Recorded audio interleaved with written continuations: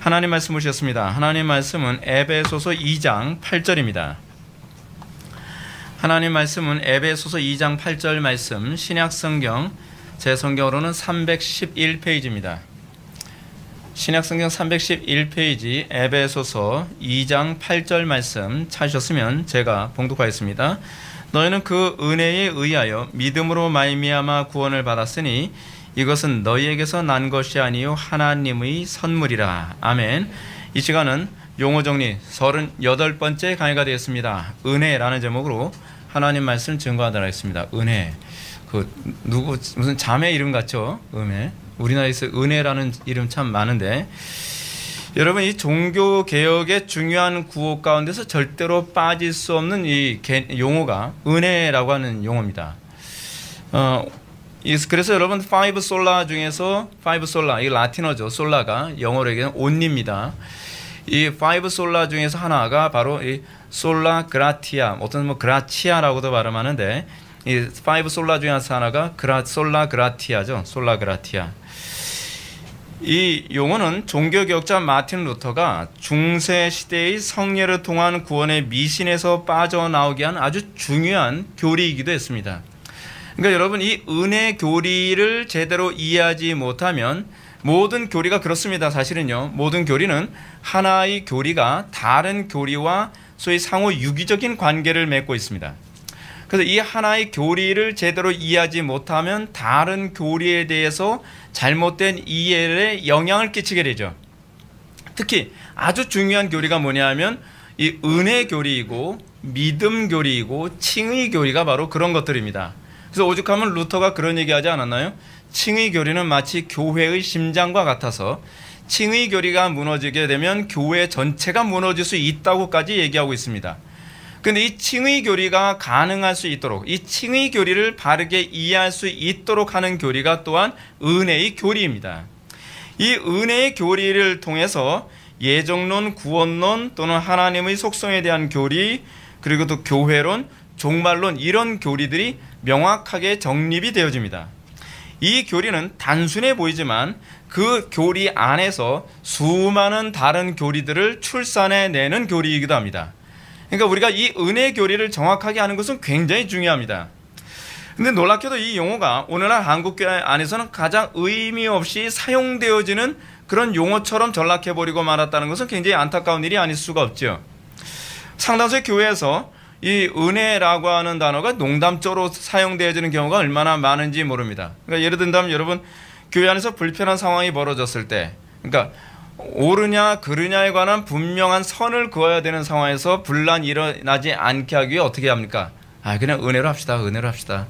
그러니까 이 은혜로 합시다가 어휘전송돼서 얼렁뚱땅 갑시다로 자꾸 이렇게 이해되어지고 있죠.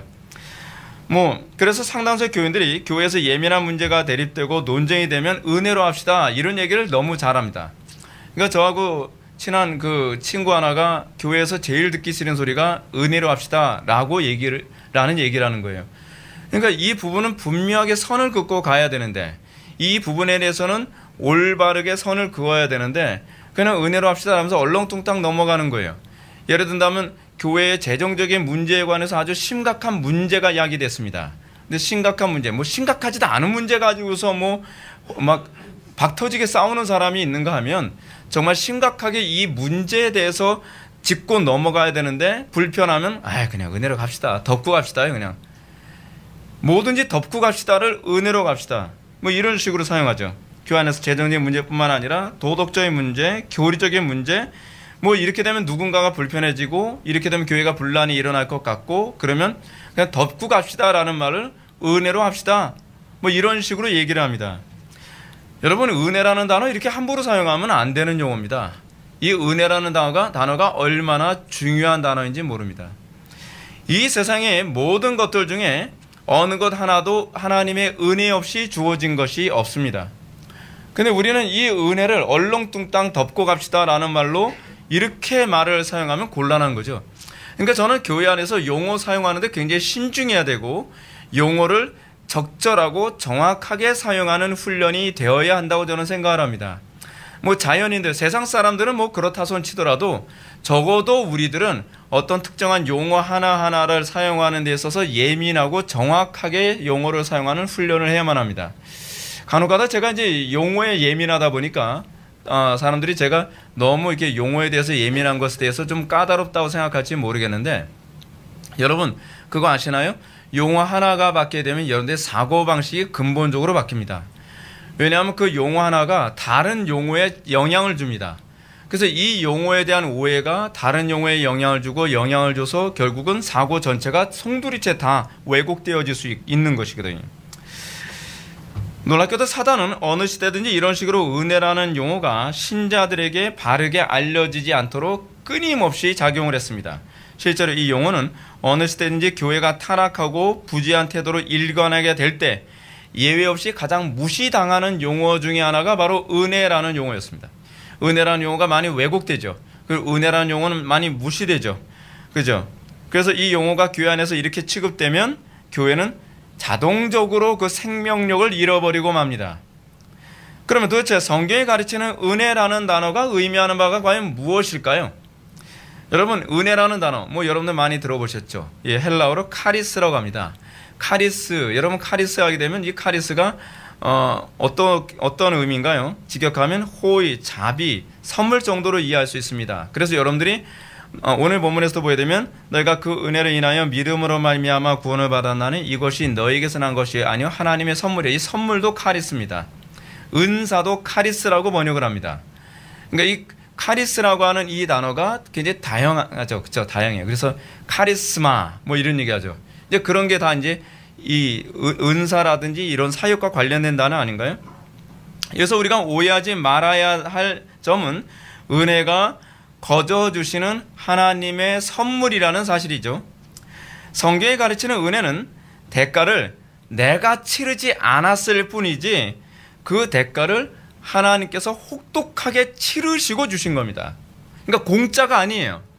우리는 은혜가 선물이라고 해서 공짜라고 생각하는 경향이 있는데 공짜가 아니에요. 우리가 거저 얻었다고 해서 가치 없는 것을 얻게 된 게 아닙니다. 누군가가 엄청난 대가를 대신 치르신 거예요. 그게 바로 성경에서 얘기하는 카리스죠. 은혜라는 단어입니다. 그러면 어떤 대가를 치렀다는 겁니까? 도대체 어떤 대가를 치르신 거예요? 도대체 은혜가 뭡니까? 죄의 대가죠. 죄의 대가. 죄의 대가를 사실은 뭐로 치러야 되죠? 죄의 삭은 사망이라고 그랬잖아요. 죄의 대가를 죽음으로 치러야 되는데 우리가 죽음으로 치러야 될 죄의 대가를 하나님께서는 당신의 아들 독생자 예수 그리스도의 목숨을 대신 치르게 하셨죠. 그래서 우리 이건 뭐라 그러죠? 랜섬이라고 하는 또 용어가 나오죠. 그렇죠? 랜섬. 대속이라는 개념이 나오죠. 예수님께서 대신 치르신 겁니다. 대신 속죄하신 거죠. 하나님은 공의로우시기 때문에 그냥 얼렁뚱땅 넘어가는 법이 없어요. 그러니까 우리가 자꾸 은혜로 합시다 하게 되면 하나님께서 마치 어떤 분인 것처럼 생각해요. 얘 죄가 많은데 얘는 내가 좀 더 이뻐하거든. 그냥 얼렁뚱땅 얘는 그냥 구원해 주지. 여러분들의 구원이 그렇게 입은 구원이 아닙니다. 우리는 마치 우리의 구원이 그런 식의 구원인 것처럼 착각하는 경향이 있어요. 하나님께서 선택을 여러분 그런 식으로 이해하지 않나요? 누구는 더 이쁘게 봤으니까 그냥 그래 너는 그냥 은혜로 그냥 너는 내 자녀 삼아주고 쟤는 조금 내 마음에 안 드니까 너한테 은혜 안 줄게. 그 개념이 아니에요. 은혜라는 개념은 하나님께서 당신의 공의를 정당하게 채우시고 그리고 그 영혼을 얻으신 거예요. 랜섬이죠. 랜섬. 대가를 치르고. 여러분 랜섬이라는 개념이 그거잖아요. 그 생명에 대한 대가를 정당하게 지불하고 그 아이를 그러니까 그 사람을 다시 되돌려 받는 개념이잖아요. 그 몸값이죠. 몸값. 그러니까 여러분 그러면 왜 굳이 예수님께서 대신 대가를 죄에 대한 대가를 치르셔야 했었을까요? 그 이유는 우리가 그 대가를 치를 만한 능력이 없기 때문에 그렇죠. 그러니까 우리가 굳이 만약에 대가를 치른다면 우리는 그냥 지옥에 가야 돼요. 우리는 멸망을 당해야 된단 말이에요. 근데 하나님께서 우리가 멸망당하지 않도록 하기 위해 그냥 얼렁뚱땅 여러분들을 구원해 주신 것이 아니라 여러분들을 여러분들이 지옥의 형벌 또는 여러분들이 소위 사망의 권세에 멸망당하지 않도록 하기 위해서 독생하신 예수 그리스도를 대신 대가를 치르시고 몸값을 치르시고 우리를 사신 겁니다. 그래서 사셨다는 표현이 신약에서 나오죠. 자, 그럼 우리가 이걸 어떻게 받아들여야 되죠? 우리가 좋습니다. 예수님께서 우리를 위해서 대신 몸값을 치르셨죠. 그리고 우리를 사셨다고 한다면 그럼 우리는 이 구원을 어떻게 받아들이죠? 여기서 오직 믿음이라는 교리가 나오죠. 솔라 피데라고 하는 라틴어가 5 솔라 중에 하나가 이거 아닌가요? 그러니까 다 같이 유기적으로 연결되어 있어요. 이 은혜를 받는 방법은 믿음으로 받는 겁니다. 오직 믿음으로만 그리스도께서 대신 지불하신 대가를 우리 것으로 받을 수 있죠. 오직 믿음이라는 용어가 그래서 중요한 겁니다.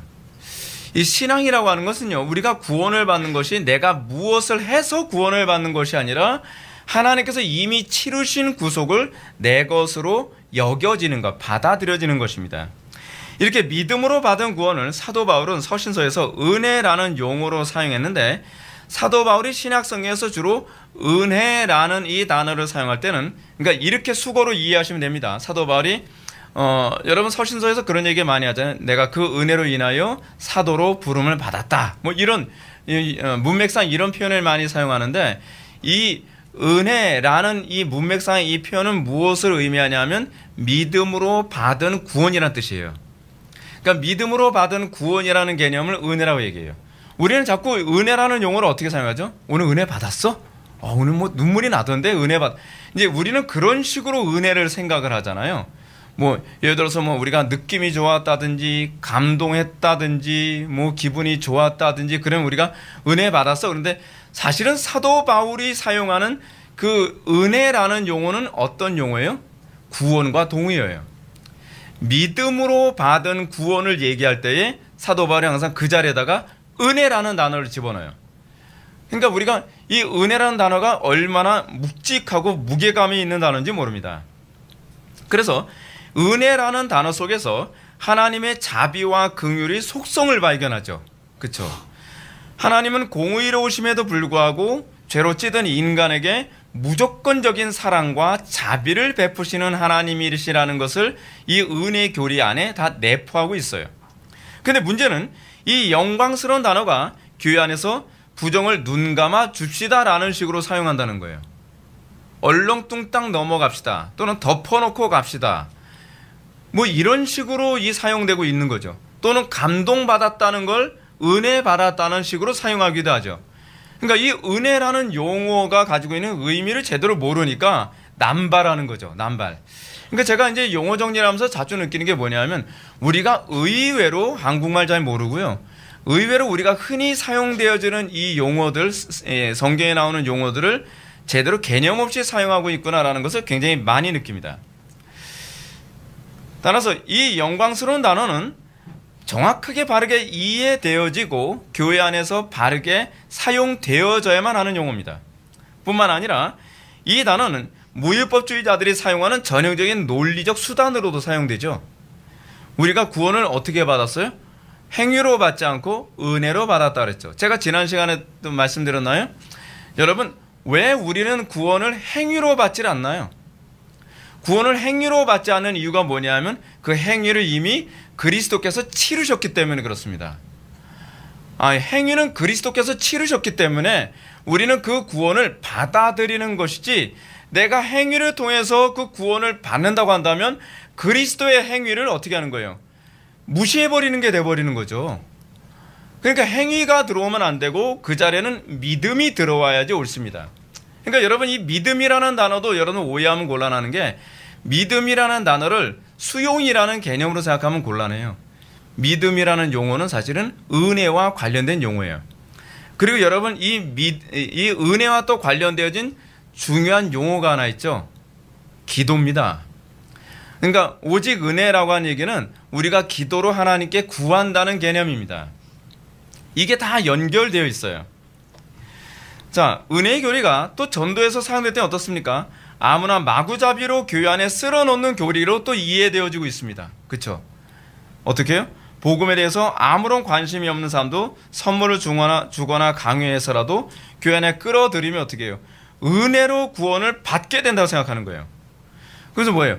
은혜로 구원을 받는 것이니 교회 문턱을 엄격하게 해서는 안 된다. 교회 문턱은 최대한 낮춰라. 어떻게 하든지 한 명이라도 더 복음 듣고 세례를 받아서 구원받도록 해야 한다. 왜요? 구원은 은혜로 이루어지니까. 이거 뭐가 말이 되는 것 같기도 하고 말이 안 되는 것 같기도 하고 이게 뭐가 이상하죠. 그러니까 문제는 뭐냐면 전도가 뭔지도 개념이 안 돼 있고 은혜가 뭔지도 개념이 안 돼 있고 여러분 개념의 이 용어에 대한 개념이 딱 정립되어 있으면요. 저 사람이 도대체 무슨 말 하는지 자기가 모르고 있다는 걸 알게 돼요. 왜냐하면 단어를 여러 개 나열했는데 이 단어들이 다 충돌하는 단어를 거기다 나열해 놓고 있는 거예요. 근데 자기가 충돌하는지 몰라요. 왜요? 그 용어에 대한 개념이 없으니까. 이게 지금 한국 교회에서 만연되어진 상황이에요. 만연되어진 상황. 자, 애석하게도 성경에서 은혜라는 용어는 그런 방식으로 이해될 것이 아니죠. 예수님은 마태복음에서 은혜를 뭐라고 얘기합니까? 보화와 진주로 묘사하고 있습니다. 보화와 진주로 묘사하죠. 이 은혜는 누구에게 주어집니까? 간절히 사모하는 자의 몫이라고 가르칩니다. 그래서 은혜의 복음은 아무에게나 가치없이 줄 것이 아니라고 하십니다. 그래서 뭐라고 가르치십니까? 거룩한 것을 개에게 주지 말며 너희 진주를 돼지 앞에 던지지 말라. 그들이 그것을 발로 밟고 돌이켜 너희를 찢어 상하게 할까 염려하라 라고 얘기하십니다. 그래, 구원은 공짜예요. 맞습니다. 구원은 우리의 노력으로 얻는 거 아닙니다. 우리의 행위로 얻는 거 아닙니다. 그런데요, 구원이 공짜인 것은 사실이지만 그렇다고 해서 가치 없이 줘도 된다는 얘기는 아닙니다. 여러분들이 어떤 행동을 선택했을 때에 특정한 한 구절과 부합했다고 해서 그 행동이 무조건 옳다고 생각하면 곤란합니다. 여러분들 행동이 이 성경 구절과 부합하는 것 같이 보이지만 또 다른 성경 구절하고도 충돌해서는 안 됩니다. 우리는 때를 얻든지 못 얻든지 복음을 증거해야 된다. 오케이. 근데 때를 얻든지 못 얻든지 복음을 증거해도 좋지만 그 복음 증거는 어떻게 또 돼야만 합니까? 진주를 돼지 앞에 던지지 말고 또는 개에게도 주지 말아야만 합니다. 어떻게 하라는 겁니까? 좀 더 이 교집합이 좁혀들어지죠. 그 안에서 복음 전도에 대한 이해가 정립되어져야 된다는 거예요. 이것이 교리에 접근하는 방식입니다. 그러니까 여러분, 우리는 어떻게 생각합니까? 복음에 대해서 아무런 관심도 없고 뭐 별로 의욕도 없는 사람들한테 어찌하든지 예배당에다 채워놓으면 그 사람이 언젠간 예수 믿을 거라고 생각하죠. 실제로 예수님은 공짜로 주시는 은혜를 가치없이 개나 돼지 같은 사람들에게 주시지 않으셨습니다. 여러분 기분 나쁘시죠? 근데 이게 제 표현이 아니에요. 예수님 표현이니까 여러분 기분 나쁘게 생각하지 마세요. 사도들에게 전도 파송하시면서 예수님께서 뭐라 하십니까? 12를 보내며 명하여 이르시되 이방인의 길로도 가지 말고 사마리아인의 고을에도 들어가지 말고 오히려 이스라엘 집의 잃어버린 양에게로 가라라고 예수님이 그렇게 가르치십니다. 이 말씀이 의미하는 바가 뭔가요? 여러분 아무데나 가서 복음 증거하면 되는 거 아닌가요? 복음은 무차별 살포 아닌가요? 그런데 예수님께서 뭐라고 말씀하십니까? 이방인의 길로 가지 마. 그 사마리아 고을에게도 가지 마. 이스라엘 집에 잃어버린 양에게로만 가라고 말씀하신단 말이에요. 무슨 얘기예요? 이 말씀은 복음을 진리에 무관심한 영적 이방인이나 또는 진리를 적당히 타협하여 혼합하려는 영적 사마리아인들에게 전하지 말란 얘기입니다. 진리는 누구에게 전하는 겁니까? 복음은 어떤 사람들한테 전하는 겁니까? 이 은혜를 누구한테 전하는 거예요? 이스라엘 집에 잃어버린 양이죠. 이렇게 말하면 여러분 또 이런 질문을 던지겠죠. 목사님, 그러면 이스라엘 집에 잃어버린 양이 누군가요? 알지 못하잖아요. 여러분 누가 선택받은 백성인지 누가 선택받지 못한 백성인지 못하잖아요. 예수님께서는 이 부분에 대해서도요 잘 설명해 주셨어요. 뭐라고요? 그들에게 가서 천국이 가까이 왔느니라 라고 증거하라는 거예요. 천국이 가까이 왔느니라 라고 증거하면 반응이 있을 거라고 말씀하십니다. 쉽게 얘기해서 십자가를 전하면요 반응하는 사람이 있어요. 여러분 생각해 보세요. 여러분 우리가 정상이긴 하지만 이 정상적인 사람 우리가 비정상이 돼버리네 이렇게 하니까 그냥 하니까 이해해요. 일반적으로 봤을 때 여러분 십자가 얘기해서 교회 올 사람이 어디 있습니까? 예수 믿으면 고달플 거라는데, 예수 믿으면 핍박받을 거라는데, 의로 인하여 핍박받는 자가 복이 있다 맨날 그런 얘기하는데, 누가 편하게 살고 싶고 쉽게 살고 싶고 호화롭게 살고 싶지? 여러분 예수 믿으면 고난받는다고 하는데 여러분 올 사람이 있나요? 근데 오는 사람이 있어요. 여러분들 같은 사람, 이상한 사람들이 있다니까요. 십자가의 복음을 전하는데 그 십자가의 복음을 듣고 오는 사람이 있어요. 지금 예수님이 그 말씀하시는 거죠. 잃어버린 양이 어떤 사람이라는 거예요. 여러분 뭐 어떤 교회는 그럽니다. 우리 교회 오면 드라이 주니까 우리 교회 와. 그런 사람 여러분 소위 라이스 크리스찬, 한국 교회도 여러분 어느 나라 가든지 그런 식으로 크리스찬을 만드는 경우가 되게 많지 않았나요? 라이스 크리스찬 이런 사람들 우린 드라이 크리스찬이라고 얘기하죠. 드라이게 중은 오니까. 여러분 그 사람들은 도대체 교회에 온 이유가 뭡니까? 사람들이 이런 얘기하죠. 목사님 일단은 드라이가 탐나서 오긴 했지만 복음을 들으면 또 달라지지 않을까요? 아니요. 성경은 그렇게 얘기한 적이 없어요.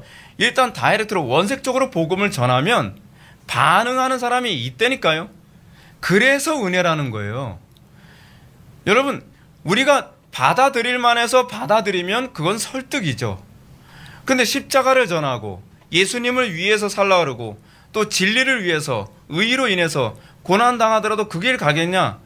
근데 거기에 오케이 한단 말이에요. 그 사람이 택한 백성이죠. 그 사람이요.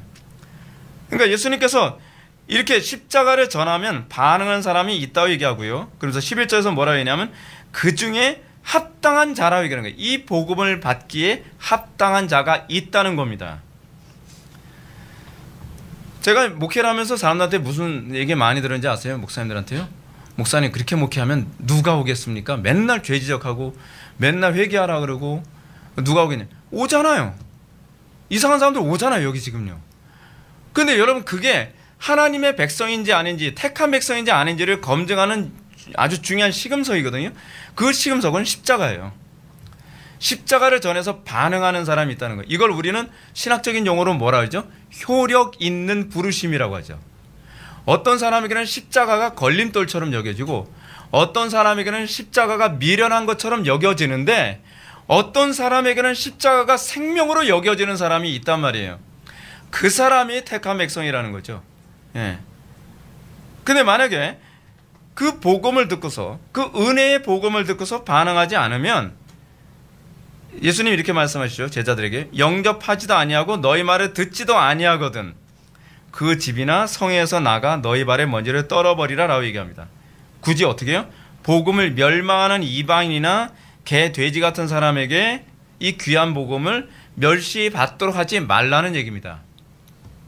여러분 기독교는요 좀 냉정합니다. 어떻게 보면요 굉장히 냉철해요. 그게 기독교예요. 그래서 복음이 들어간 나라들의 특징이 뭐냐면요 공과 사가 분명합니다.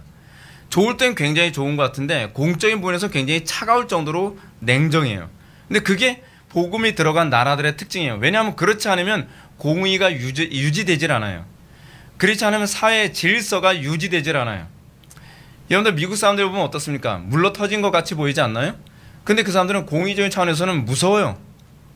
우리나라 사람들이 오히려 좀 굉장히 지독한 사람들 같은데 공의적 차원에서는 어때요? 죽도 아니고 밥도 아닌 경우가 굉장히 많지 않나요? 데몬스트레이션 같은 거 하러 뭐 시위할 때 보게 되면은 이건 뭐 법 지키지도 않고 폴리스 라인 마음대로 막 넘고 막 폭력을 휘두르고 근데 그런 방식으로 여러분 선진 국가 갔다가 독일이나 여러분 미국 같은 데 가면 어떻게 되는지 아십니까? 곧바로 총 맞아 죽든지 그렇지 않으면 곤봉으로 머리가 깨집니다. 그러니까 우리나라 사람들 미국 가서 시위한다고 갔다가 어떻게 해요? 폴리스 라인 벗어나지도 않으면서 거기서 이것만 하고 있잖아요. 왜요? 경찰들이 총에다 손 얹고서 보고 있거든요. 그게 기독교예요. 기독교는요 공과 사가 분명해요. 좋을 때는 굉장히 좋아요 사람들이. 그리고 잘 믿어줘요. 기독교인들의 특징이 그렇죠. 미국 사람들 보면 잘 믿어줘요. 근데 한 번 속이면 사람 취급을 안 해요. 그게 복음 때문에 그래요. 그게 기독교의 특징이에요. 여러분 예수님이 복음을 전하는 데서 얼마나 냉정하게 선을 그으십니까? 은혜의 복음은 때를 얻든지 못 얻든지 듣든지 아니 듣든지 전해야 돼요. 뭘 전해요 여러분? 우리 교회 오면 뭐 빵도 줘 그런 거예요? 우리 교회 오면 뭐 드라이 줘 그런 거예요? 아니 그게 복음이 아니죠. 여러분 도대체 복음이 뭔지부터 우리가 좀 정리해야 되는 거 아닌가요? 은혜의 복음이 뭡니까? 십자가죠. 사도 바울이 뭘 전했다고 얘기합니까?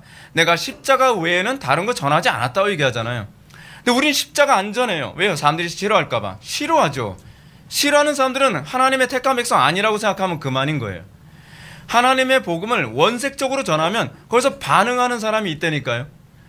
우리는 그 사람을 목표로 해서 복음을 증거하는 것이 모든 사람들이 다 좋아할 수 있는 복음? 여러분 우리는 그걸 위해서 복음 전하는 거 아닙니다. 대형 교회를 이루기 위해서 전도하는 거 아니에요.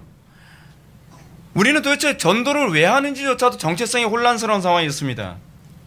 자, 우리는 사도들처럼 온 힘과 기회를 찾아서 전도할 기회를 찾아야만 합니다. 우리는 수시로 복음을 전해야만 합니다. 그러나 그렇다고 해서 복음을 듣지 아니하려는 사람들이 교회 안에 들어오도록 하기 위해서 복음을 타협하지는 말라는 얘기입니다. 저 사람이 교회에 들어오게 하기 위해서 어떻게 우리는 때로는요, 내가 주의 성수를 한번 타협해 가면서 교회에 오게 만들어 주려고 하고, 또는 저 사람 교회에 오게 하기 위해서 어떻게 해요? 복음을 왜곡시키고, 또는 믿기로 어떻게 해요? 예수 믿으니까 복 받고, 예수 믿으니까 성공하고, 예수 믿으니까 뭐 치료받고, 복음이 아닌, 복음이 가져다 주는 주변적인 것을 가지고서 사람들을 끌어들려고 하죠. 우린 그걸 뭐라 그래요? 믿기라고 하죠. 믿기. 그러니까 요즘에 안 믿는 사람들이 기독교인들이 사회봉사한다고 했을 때 어떻게 봅니까? 그거 가증되게 보잖아요. 예배당에 끌어들이려고 일종의 미끼처럼 던지는 것처럼. 근데 사실이기도 하죠. 어떤 진정성이 보이지 않죠. 여러분 성경 우리들에게 사람들을 예배당에 끌어들이기 위해서 비유 맞추거나 복음을 타협하라라고 가르치지 않습니다. 여러분 예수님이 어디 뭐 비유 맞추시는 거 보셨습니까? 예수님 말씀하실 때 보면 막 너무 노골적이잖아요. 예수님뿐만 아니라 세례요한도 어떻습니까? 회개하라 이 독사의 자식들아. 아니 까놓고 독사의 자식들이에요. 여러분 듣기 좋아서 자식들이지, 예, 제대로 번역하면 예. 제가 강단에서 그 소리 제가 못하겠어요. 아니 그거예요. 물론 이런 사람들에 의해서 그들이 여러분 선택받지 않았다는 얘기는 아닙니다. 여러분 지금 당장 저 사람이 복음에 반응하지 않으니까 이 사람은 버림받은 자식인가 보다. 아니 그 얘기가 아니에요. 여러분 한 사람이 회심하는 데는요 다 때가 있습니다. 천하의 범사가 기한이 있고 목적을 이루는 때가 있죠. 아직 하나님께서 작정하신 은혜의 때가 아닐 수 있다는 얘기예요. 유보하라는 얘기죠. 유보하라는 얘기예요. 은혜의 때는 하나님의 선하신 작정 안에 있습니다. 근데 여러분 선하신 작정 안에 있는 사람이 돌아오는 것도 십자가의 복음을 들었을 때 돌아오는 거지, 뭐 드라이 듣고서 돌아오겠습니까? 아니면 뭐 병고침 받는다는 거 듣고 돌아오겠습니까? 아니죠. 십자가의 복음을 노골적으로 전했을 때 그 당시에는 싫어하고 그 당시에는 거부할지 모르지만 때가 되면 그게 마음에 박혀서 서서히 열매를 맺는단 말이에요. 한 사람의 회심이 여러분 그냥 얼렁뚱땅 일어나질 않아요. 복음이 들어가고 그 사람이 예수를 믿기 위해서 열매를 맺기 위해서는 시간이 걸려요. 하나님께서 특정한 어떤 사람을 예수 믿게 하기 위해서요 억지로 앞당길 수 있는 것이 아닙니다. 그건 하나님의 주권에 대한 침해입니다.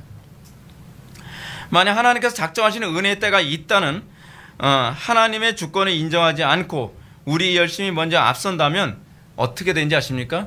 그냥 한국교회 보면 알 수 있어요. 세속화되는 거예요. 세속화. 복음에도 관심 없는 사람들을 예배당에다 바글바글하게 채워놓으면 그 사람들이 여러분 복음에 반응하겠습니까? 교회에 올 때 뭐 때문에 온 거예요? 뭐 교회 오면 뭐 복 받는다 해서 왔다 그랬더니 맨날 회개하라고 얘기하네. 여러분 아예 전도를 그런 식으로 해버리면 강단에서 회개를 외칠 수가 없어요. 뭐야 말이 다르잖아. 처음에 교회 오라고 했을 때 뭐 예수 믿으면 복 받는다 그러고 예수 믿으면 성공한다 그러고 예수 믿으면 잘 먹고 잘 산다 그러고 병 고침 받는다 그래서 왔더니 기껏 왔더니 뭐 얘기하는 거예요? 맨날 죄 지적하고 회개하라 그러고 내가 그것 때문에 왔나? 이렇게 돼버리는 거예요.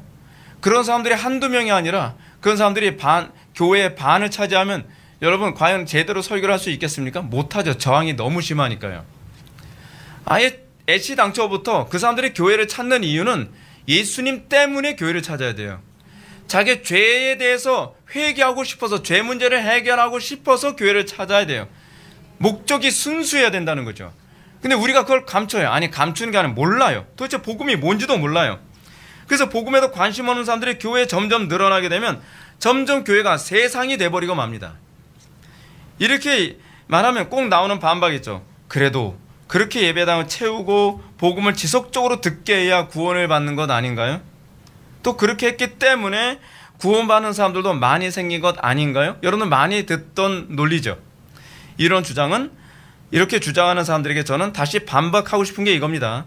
우리가 이렇게 함으로써 교회가 세상과 구별됨이 사라지고 하나님의 영광이 멸시받게 된 거는 어떻게 생각합니까? 왜 우리는 그 생각 안 하죠? 여러분, 복음에 관심 없는 사람들이 예배당을 채워서 그들 때문에 하나님의 영광이 멸시당한 것에 관해서는 여러분들 왜 대답을 안 해요? 성경 과연 하나님의 영광을 희생해 가면서 전도하는 것이 더 옳다고 얘기하나요? 이런 주장을 하는 사람들은 전도의 목적이 하나님의 영광을 위한 것이라는 걸 망각하고 있는 거예요. 여러분, 제가 여러분한테 또 질문 던져볼까요? 하나님의 영광이 더 중요합니까? 아니면 영혼 구원이 더 중요합니까? 하나님의 영광이에요. 교회는요, 하나님의 영광을 위해서 존재하는 것이지 구령을 위해서 존재하는 게 아니에요. 전도는 하나님의 영광을 위해서 전도하는 거예요. 한 명 한 명이 예수를 믿어서 그 사람들이 하나님의 영광을 위하여 살도록 하기 위해 교회가 존재하는 것이지, 구원받는 사람 숫자가 늘어났는데 하나님의 영광을 짓밟는다고 한다면 그거는 교회로서의 가치가 없는 거죠. 교회로서의 기능을 잃어버린 거예요. 여러분, 교회로서의 기능이 전도라고 생각하지 마십시오. 여러분, 이건 분명히 생각하셔야 됩니다. 교회의 본질적 기능은 전도가 아닙니다. 전도는 하나님의 영광을 위한 수단입니다. 이 소위 목적과 수단의 관계가 바뀌었다는 얘기예요. 다시 질문해 봅시다. 하나님의 영광과 전도로 통한 구원 가운데 우리는 어느 쪽을 선택해야만 합니까? 교회는 하나님의 영광을 위해 존재합니까? 아니면 영혼 구원을 위해 존재합니까? 우리가 이것에 대해서 명확하게 대답할 수 있다면 더 이상 논쟁할 것이 없죠. 그럼에도 불구하고 이런 주장에 대해서 어떤 분은 또 반박을 합니다. 이렇게 하면 교회에 얼마나 오겠습니까? 여러분, 그럼 이렇게 하면 교회에 몇 명이나 올 수 있을까요? 라고 하는 이 질문은 사실은 어떤 질문인지 아십니까? 실용주의라고 하는 철학적 질문입니다. 그러니까 자기가 던지는 질문이 실용주의인지 성경적인지조차도 분간을 못하고 있는 거죠. 복음을 자꾸 실용성으로, 그리고 교회의 존재를 자꾸 실용성으로 생각을 하는 거예요. 이런 반박에 대한 답변은 간단하죠. 하나님의 영광을 추구하면 날마다 구원받는 자의 수가 더하여질 겁니다. 여러분 믿습니까? 왠지 아세요? 전도가 바로 하나님의 영광을 드러내는 것이기 때문에 그래요. 이게 전도의 정의입니다. 전도가 뭐예요? 예수 믿은 복받아가 전도가 아니에요. 전도란 계시예요. 하나님이 이런 분이시다라고 하는 걸 증거하는 거예요. 여러분, 사도 바울이 증거했던 게 뭐죠? 예수 그리스도의 죽으심과 부활, 그걸 증거했잖아요. 사도 바울이 그러면서 뭐라고 얘기합니까? 내가 이것 이외에는 내가 다른 거 증거하지 않았다. 소위 계시거든요. 하나님의 영광의 핵심이 뭐예요? 십자가잖아요. 십자가. 그래서 그 십자가를 증거했더니 오더라는 거예요. 하나님의 영광을 증거했더니 오더라는 거죠. 자, 근데 그게요, 오늘 하나님의 영광이 나타나는, 드러나는 몇 가지 방식이 하나 있는데 그 중에 하나가 뭐냐면 우리가 입술로 십자가를 증거하는 겁니다. 그러면 사람들이, 택한 백성들은 그 십자가의 영광을 보고 돌아와요. 그것이 전도되는 방식이에요. 그것이 전통적이고 교회에서 안에서 항상 했던 방식이에요. 지금은 안 그렇지만. 그리고 주님께로 사람들이 돌아오는 또 다른 하나님의 영광을 드러내는 방식이 있는데 그것이 뭐냐면 교회가 그들의 삶을 통해서 하나님의 영광을 드러내는 거예요. 이 두 개가 원리상 똑같아요. 하나님의 영광을 드러낸다는 차원에서 원리상 똑같은데 방식의 차이가 있죠. 하나는 입술로 증거한다는 것이고 하나는 몸으로 증거한다는 거예요. 입술과 삶을 통해서 복음을 증거하게 됐을 때 교회가 날마다 구원받는 자의 수가 더 많아지고 왕성해지는 것이죠. 여러분, 교회가 하나님의 영광이 선명하게 나타나려면 어떻게 해야 되죠? 그럼 교회의 구성원들 한 명 한 명이 거룩해야죠. 교회 구성원들 한 명 한 명이 하나님의 영광을 드러내는 것이어야 되죠. 교회 구성원 한 명 한 명이 십자가를 사랑하고 그리스도를 사랑하는 사람이어야죠. 교회 구성원들이 십자가를 사랑하지 않아요. 이기적이에요. 교회 구성원들이 하나님 사랑하지 않아요. 진리에 관심이 없어요. 그런 사람들이 예배당에 가득해가지고 어떻게 하나님의 영광을 드러내냔 말이에요. 여러분, 하나님의 영광이 밥 퍼주는 게 하나님의 영광 드러내는 건가요? 하나님의 영광이 뭔가 자선 많이 하면 하나님의 영광 드러나는 건가요? 아니죠. 하나님의 영광이 드러나려면 우리는 먼저 진리에 관심을 가져야 돼요. 하나님을 사랑해야 돼요. 하나님을 마음을 다하고 뜻을 다하고 목숨을 다하고 힘을 다하고 지혜를 다해서 사랑하고 형제를 내 몸처럼 사랑하게 되면 이 공동체가 하나님을 사랑하면서 너희가 나의 제자인 줄 알게 되는 거죠. 그러면 그렇게 예수 믿는 공동체, 정말 십자가를 사랑하는 공동체, 하나님의 영광을 위해서 존재하는 사람들의 공동체가 생기면 자동적으로 어떻게 해요? 그게 전도가 되는 거예요. 날마다 구원받는 자의 수가 더해지겠죠. 제가 지금 추측으로 얘기하는 거 아닙니다. 사도행전 2장 43절부터 47절의 말씀은 이렇게 얘기합니다.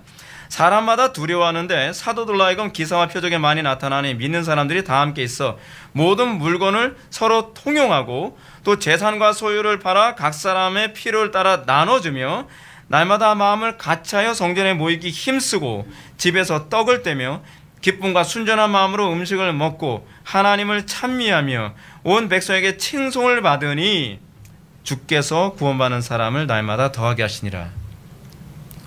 어떻게 해서 구원받는 자의 수가 더해졌다 그랬어요? 적어도 이 본문에서는 전도 때문에 구원받는 자의 수가 더해졌다 얘기하지 않습니다.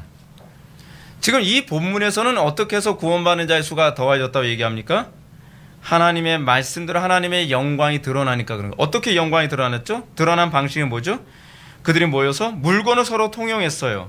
재산과 소유를 서로 나눠줬어요. 마음을 같이 해서 모이게 힘썼어요. 이거 요즘에 한국에서 안 하는 것만 지금 다 나오죠. 떡을 떼며 기쁨과 순전한 마음으로 음식을 먹고 하나님을 찬미했어요.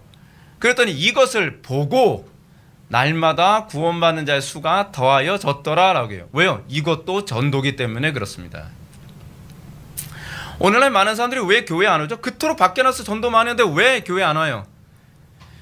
교회의 삶을 통해서 전도가 안 되기 때문에 그런 거예요.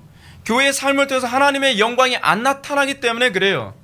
기독교인들에 대한 또 다른 비난이 뭡니까? 입만 살아가지고서 물에 빠지면 입만 둥둥 뜰 것 같은 사람들이라고 평가하지 않나요? 말은 하고 실천하지 않아요. 그러니까 하나님의 영광이 안 나타나니 전도가 안 되는 게 당연한 것이죠. 자, 이렇게 복음을 전하면 각 사람에게 뭐가 임하죠? 은혜가 임합니다. 은혜, 다시 말하면 믿음으로 얻는 구원이 주어지게 되죠. 자, 하나님은 은혜의 가치를 알도록 하기 위해서 은혜가 그냥 쉽게 주어지지 않도록 하셨습니다. 이걸 잘 기억하십시오. 하나님께서 우리에게요, 그 십자가의 은총을 거저 주시는데 쉽게 주시지 않으신다는 걸 기억하셔야만 합니다. 하나님은 우리에게 어떤 과정을 통해서 은혜를 주시기로 작정하셨냐 하면 구하고 찾고 두드리는 가운데에 은혜를 주시기로 작정하셨어요. 주님 뭐라고 말씀하십니까? 구하라 그러면 너희에게 주실 것이요, 찾으라 그러면 찾아낼 것이요, 문을 두드리라 그러면 너희에게 열릴 것이니라. 구하는 이마다 받을 것이고 찾는 이마다 찾을 것이며 또 두드리는 이에게 열릴 것이다. 그래서 뭐래요? 하늘에 계신 천부께서 너에게 성령을 선물로 주시지 아니하겠느냐. 그 성령이 뭐죠?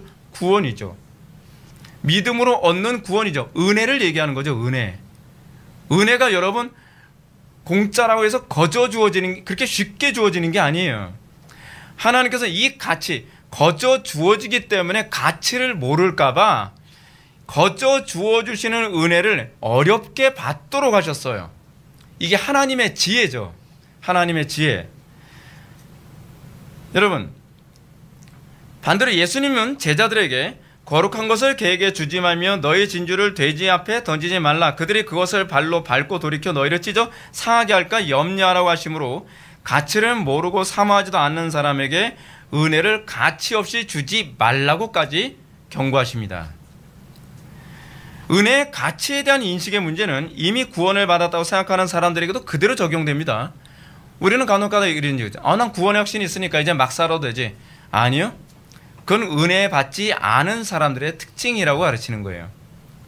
히브리서 기자는 이미 믿음을 가졌다고 생각하고 하늘의 은총을 맛본 사람 가운데 시간이 지나면서 은혜를 가치 없이 취급하는 사람들을 향하여 다음과 같은 경고를 합니다.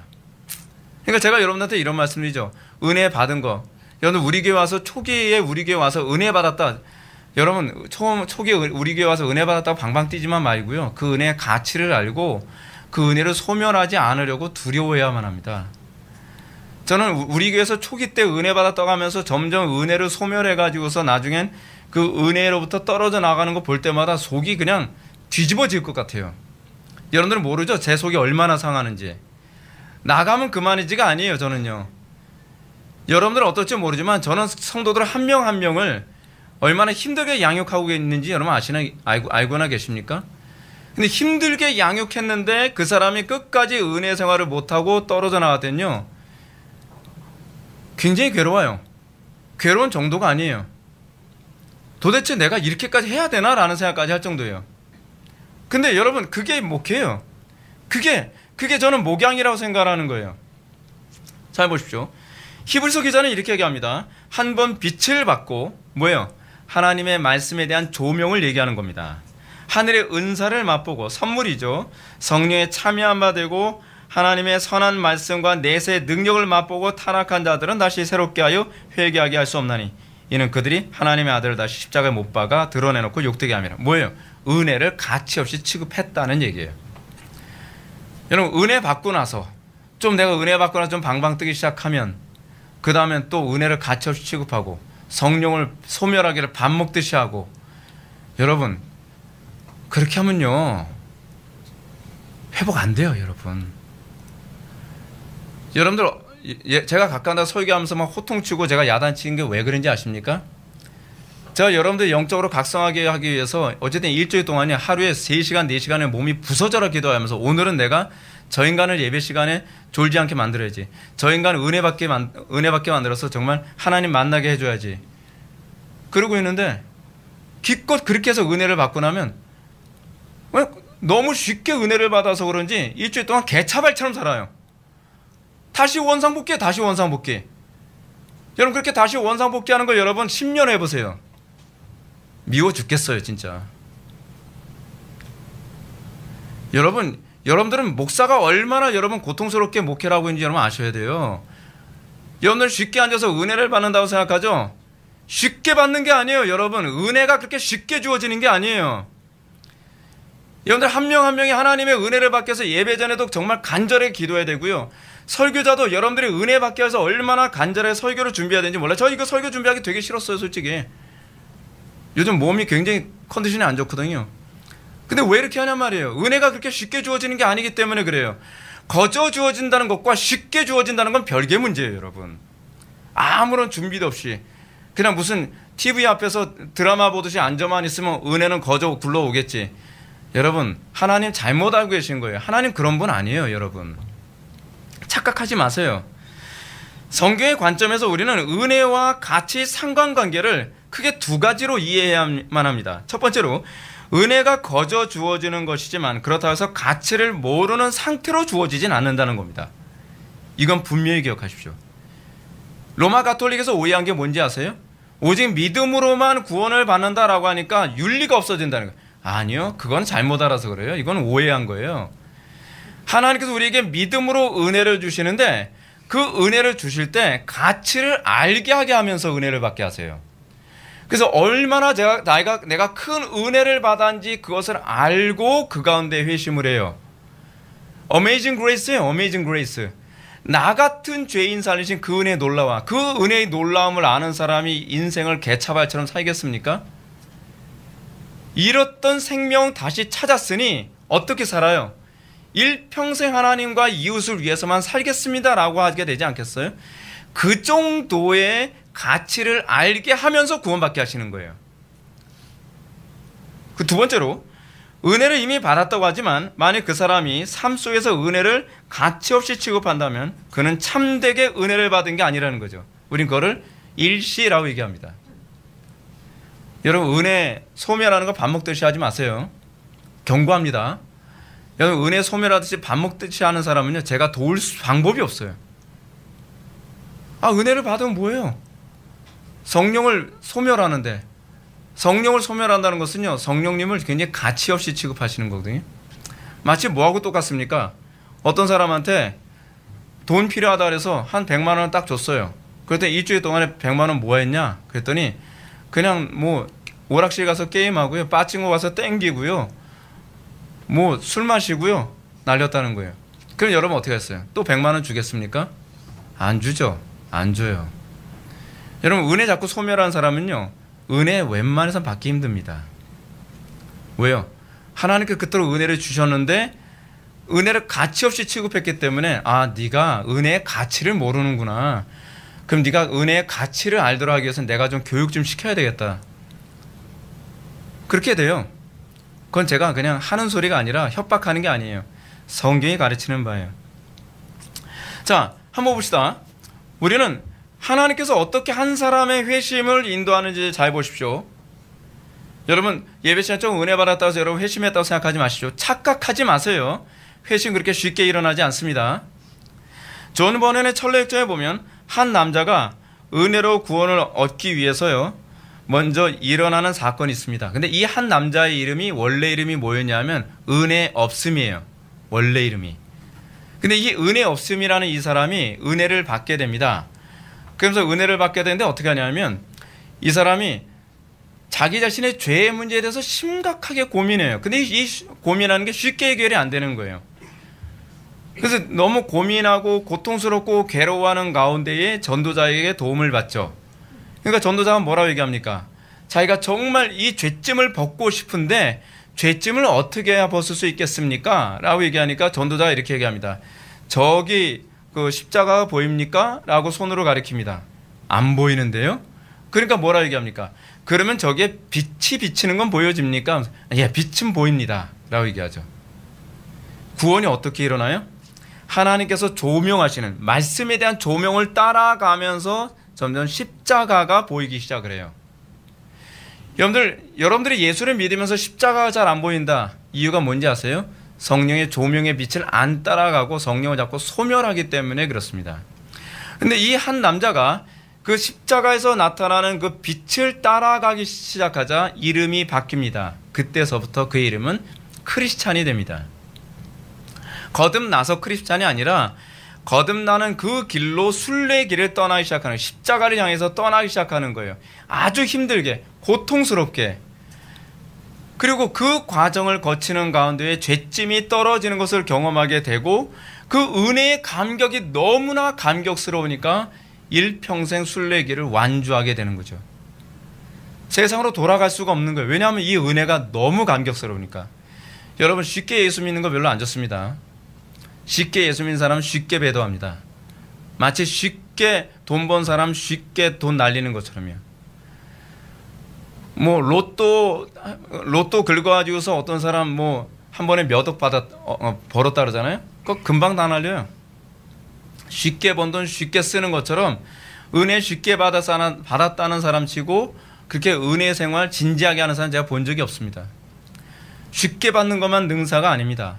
정말 진지하게 심각하게 고민하면서 하나하나의 은혜를 마치 무릎으로 기어가듯이 그 은혜를 여러분 경험하게 됐을 때 그 은혜의 가치를 압니다. 여러분들, 제가 가까워다 여러분들 보면 조금 짜증날 때가 하나 있어요. 왜냐하면 저는 은혜 되게 힘들게 받았는데 여러분들 되게 쉽게 받는 거 보면 이건 뭐지? 근데 제가 지나고 나서 보니까 제가 더 복 받았더라고요. 여러분들 별로 복 덜 받은 거예요. 너무 쉽게 은혜 생활해요. 전요 요만큼 조금 은혜 받는데 남들의 10배 이상은 고생을 했어요. 그러니까 이게 너무 소중해가지고 이 은혜 소멸할까봐 얼마나 신중해지고 얼마나 아까워하고 조심스럽게 되는지 모르거든요. 은혜는 그렇게 받는 거예요, 여러분. 여러분, 성경에서 보십시오. 예수님께서 은혜를 쉽게 주시나? 여러분, 거짓 소경 바디메오가 예수님 찾았을 때 예수님이 오케이, 넌 선택받은 백성이니까 얘따 은혜 받아라, 그렇게 하십니까? 거짓 소경 바디메오가 다윗에서는 예수여 나를 불쌍히 여서 들은 채도 안 해요. 주변 사람들이 욕하는 거 다 알아요. 제자들이 막 야단치는 거 다 알아요. 그런데 못 들은 채예요. 그러면서 힘들게 힘들게 주님께 찾아왔을 때 내 믿음이 너를 구원하였느니라 라고 하는 거죠. 여러분들이 잘 알고 있는 그 가나안 여인 보십시오. 가나안 여인이 예수님께 은혜를 어떻게 받죠? 그 여인이 다윗의 자손 예수의 나라를 불쌍히 여기소서 내 딸이 악한 귀신에 들려 죽게 되었나이다. 예수님 마치 인정도 피도 없는 사람 같아요. 신경도 안 써요. 못 들으셨겠어요? 올 때서부터 이미 알고 계셨거든요. 그런데 예수님이요, 들은 척도 안 해요. 주변에서 막 욕을 하고 야단치고 뭐라고 해도 들은 척도 안 해요. 오히려 제자들이 와서 예수님께 그러죠. 주님, 저 여자가 아주 시끄럽게 그러는데요. 그러니까 그 여자 대놓고서 얘기도 하지 않고 제자들한테 들으라고 그렇게 얘기하는 거예요. 자네의 떡을 취해서 개에게 주니 마땅치 아니하도다. 뭐 취급하는 거예요? 개 취급하는 거예요. 개 취급. 근데 그래도 네가 이 은혜를 사모하겠냐? 그래도 네가 이 은혜 받기 원하느냐? 그거 보는 거죠. 성도의 견인은 거기서부터 시작돼요, 여러분. 그러니까 주여, 개도 자네의 밥상에서 떨어진 부스러기는 먹나이다. 그러니까 예수님 뭐라고 말씀하십니까? 이제서야 내 믿음이 너를 구원하였느니라. 은혜가 그렇게 쉽게 주어지질 않아요. 거저 주시지만 쉽게 주어지는 건 아니라는 걸 잊어서는 안 됩니다. 왜요?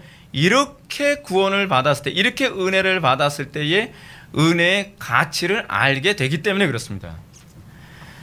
하나님은 이렇게 구원을 주시기 전에 먼저 구원의 가치를 밭에 감추인 보화나 진주처럼 알게 하십니다. 그래서 자기의 모든 소유를 다 팔아 믿음으로 구원을 받게 하십니다. 이렇게 믿음으로 구원을 얻게 되는 것을 바울은 뭐라고 얘기해요? 은혜라고 얘기한다는 거예요. 은혜. 이렇게 은혜를 받은 사람은 결코 그 은혜를 가치 없이 취급할 수 없죠. 그래서 어떤 사람은 생명과도 바꿉니다. 자기의 모든 재산하고도 바꿉니다. 자기의 명예하고도 바꿉니다. 왜요? 이 은혜가 그 무엇하고도 바꿀 수 없다는 걸 이미 경험했기 때문에 그렇습니다. 그래서 그들은 일평생 순례길을 걷고 그리고 세상을 뒤돌아보지 않고 오로지 십자가만 바라보며 일관성 있는 삶을 살 수 있는 이유가 바로 거기에 있습니다. 따라서 만약 히브리서 기자의 가르침처럼 한번 빛을 받고 하늘의 은사를 맛보고 성령에 참여한 바 되고 하나님의 선한 말씀과 내세의 능력을 맛보고 타락한 자들은 사실은 은혜의 가치를 제대로 알지 못한 사람이라고 밖에는 볼 수 없습니다. 오해는 이런 현상을 뭐라고 얘기하냐면 배도라고 규정을 합니다. 근데 문제는 상당수의 교회들이 은혜의 가치를 충분히 납득할 기회도 없이 그냥 교회만 열심히 나오고 봉사 열심히 하고 헌금 좀 많이 하고 기도 좀 열심히 하면 그냥 구원받았다라고 그냥 쳐주는 거예요. 얼렁뚱땅. 그렇게 하면 안 돼요. 예수 믿는 거 그렇게 쉬운 거 아닙니다. 예수 믿는 건 은혜로 믿는 것이지만 쉬운 건 아니에요. 이렇게 쉽게 그냥 교회만 열심히 나오면 그냥 구원받은 것을 쳐주니까 이 사람들이 어떻게 해요? 그냥 조금 어려움이 있으면 그냥 배도하죠. 조금 어려움이 있으면 쉽게 타협하죠. 조금 어려움이 있으면 예수님의 이름을 아주 우습게 여기죠. 반드시 잊지 말아야 할 것은 진정한 은혜를 받은 사람은 그것으로 만족하거나 또 그것으로 그 이후로 방탕한 삶을 선택할 수 없다는 사실입니다. 참된 은혜를 받은 사람은 심령한 가난한 자로 삽니다. 예수님은 심령이 가난한 자에게 천국이 저희 것이라고 얘기합니다. 이건 구원받은 자에게 주어진 특징이에요. 우리가 구원을 받았다고 한다면 주님, 이 은혜로 부족합니다. 더 큰 은혜를 받기 원합니다.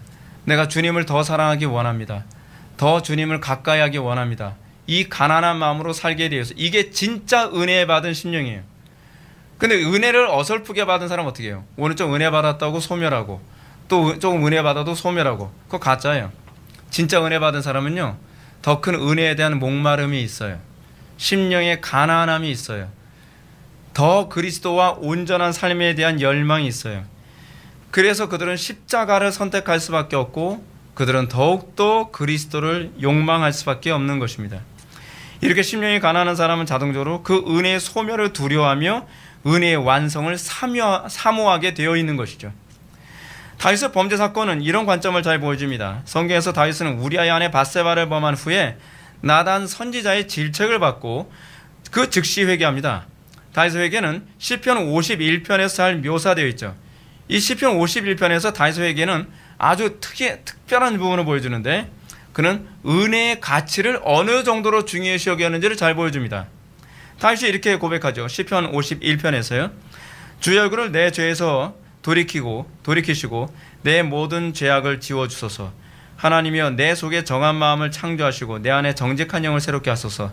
나를 주님 앞에서 쫓아내지 마시며 주의 성령을 내게서 거두지 마옵소서. 다윗이 하나님의 징계를 받고 무엇 때문에 두려워했습니까?